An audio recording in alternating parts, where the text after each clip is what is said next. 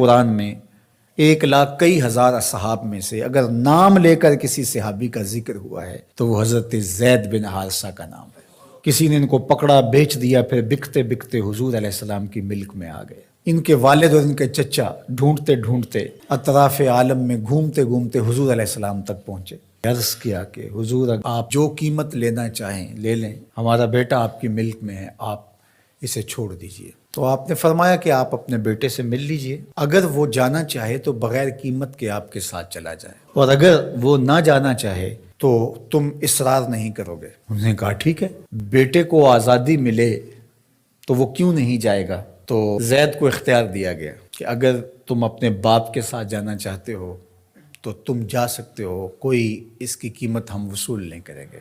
تو زید بن حارثہ اپنے والد حارثہ سے بولے کہ ابا جان کبھی دل اداس ہو جائے تو ملنے آ جایا کرو، یہ در تو مر کے بھی نہیں چھوڑ سکتا، یہ غلامی 1000 آزادی سے بہتر ہے۔